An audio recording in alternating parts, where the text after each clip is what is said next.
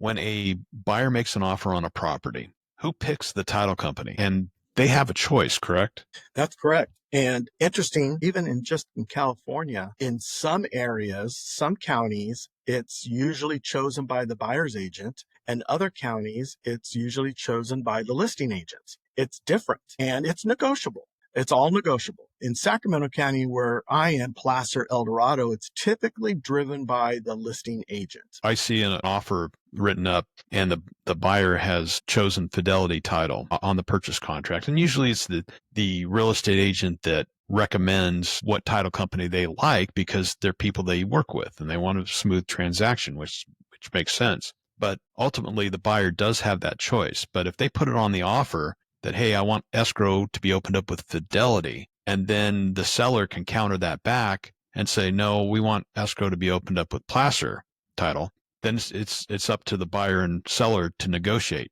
how far they want to go with it as to who picks it. Now, if the buyer's typically paying for it and they said they're going to pay for it, then the seller usually lets the buyer choose since they're paying for the fee.